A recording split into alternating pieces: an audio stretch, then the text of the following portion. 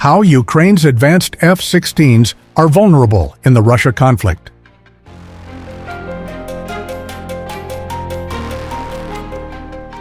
In the past year, Ukraine has made a bold step by integrating American-made F-16 fighter jets into its Air Force. These aircraft are symbols of Western support and a critical upgrade to Ukraine's aging Soviet-era fleet. But now, a troubling pattern has emerged. 3 F-16s have already been lost. The latest loss happened on May 16, 2025. The jet was on a mission to intercept hostile drones when it suddenly vanished from radar. The pilot ejected and survived, but the aircraft is gone. Was it shot down? Did it suffer a technical malfunction? Or is the war zone just too dangerous for even the most advanced jets? What does this tell us about the realities Ukraine faces in the skies? Let's break it all down.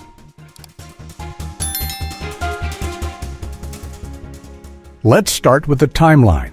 Ukraine's first known F-16 loss occurred in August 2024. At the time, there was silence from Ukrainian military leadership. No details, no explanation. But later, a shocking admission emerged. Ukrainian MP Mariana Bezuglaya revealed that the jet had been downed by a Patriot missile fired by Ukraine itself in a friendly fire incident. It was a devastating mistake that cost the Air Force its top commander. The second incident took place on April 12, 2025. This time, the Ukrainian Air Force acknowledged the crash and the loss of the pilot.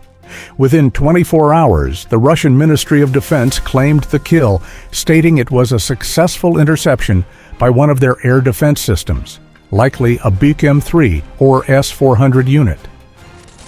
Then came the third and most recent case on May 16th. The jet was intercepting incoming drones, probably Iranian-made Shahed drones, when contact was lost. The pilot bailed out, suggesting something sudden and catastrophic happened. No wreckage has been publicly shown. These 3 losses are not just statistics. They are deeply concerning because Ukraine doesn't have many F-16s to spare. While exact details are classified, intelligence sources believe most F-16s are currently based in the western part of Ukraine, near Lviv or Ivano-Frankivsk, areas considered relatively safe from Russian missile strikes. But to conduct missions in the east or south, where the front lines are, they must fly hundreds of kilometers across contested airspace, facing radar lock-ons, electronic warfare, and aerial ambushes. Reports suggest some F-16s are also temporarily stationed on makeshift airstrips, abandoned highways, or improvised runways, especially in central Ukraine. These tactics, inspired by Cold War-era NATO drills, help reduce vulnerability but come with logistical challenges, limited maintenance, fuel supply issues, and poor radar coverage. Every time a jet takes off, it's at risk, not just from Russian missiles, but also from the environment and operational complexity.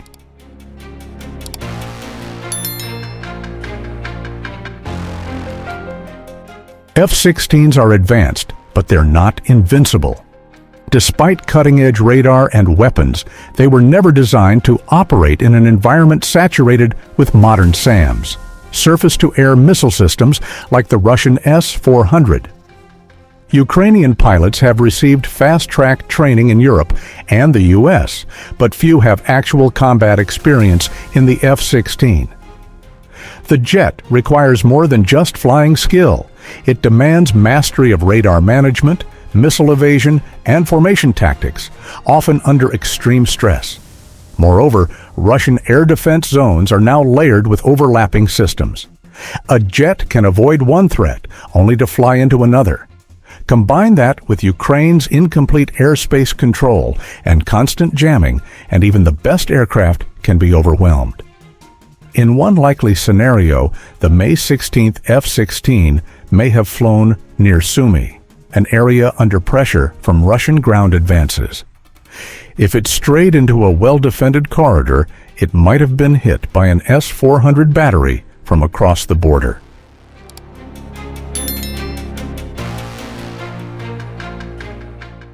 The question remains, why are these jets going down? First, Ukraine's battle environment is uniquely dangerous. Russia has deployed an estimated 30-plus air defense systems along the front. The S-400 alone can track and hit targets from 250 kilometers away. That's more than enough to reach deep into Ukrainian territory. Second, the infrastructure isn't ideal. Many Ukrainian airfields were never designed to host Western jets. Maintenance tools, spare parts, and fuel systems are all different. Plus, constant relocation means crews are always adjusting, sometimes in the middle of attacks. Third, Ukrainian coordination still has flaws. The Patriot incident is proof. In war, split-second decisions can turn deadly when IFF, identification friend or foe, systems fail or aren't fully integrated. Finally, every pilot lost is irreplaceable. It's not just about planes. Trained F-16 pilots take years to develop, and Ukraine can't afford to lose them at this pace.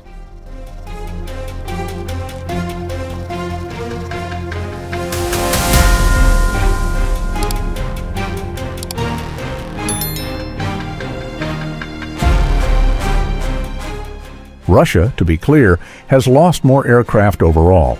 Dozens of Su-34s, Su-25s, and even a few strategic bombers have been downed since the war began. However, Russia has deeper reserves and domestic production. They can build replacements. Ukraine cannot.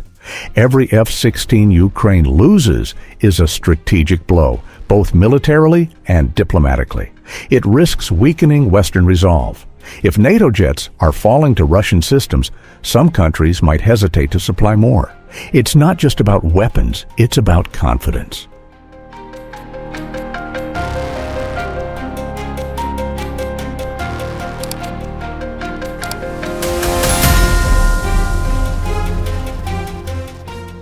This content is created solely for educational and informational purposes.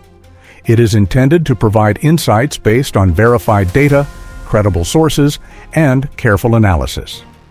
Our goal is to foster a deeper understanding of modern military technology and current events, not to promote or endorse any form of conflict, propaganda, or political agenda. We strictly oppose the spread of misinformation and hoaxes. Every piece of information presented has been carefully sourced from reliable, publicly available references. We encourage viewers to approach the topic with critical thinking and respect for all sides involved, maintaining a focus on knowledge sharing and open discussion. The fall of 3 F-16s in under a year reveals just how brutal modern air warfare has become. It's not about which side has better planes. It's about how well those planes are used, protected, and integrated into a broader strategy. For Ukraine, every sortie counts. Every aircraft matters. And for the world, this is a reminder. High tech doesn't guarantee high survivability, not when the battlefield is saturated with deadly systems and shifting front lines. Thanks for watching. Like and subscribe if you want more breakdowns like this. Clear, grounded, and in-depth. See you next time.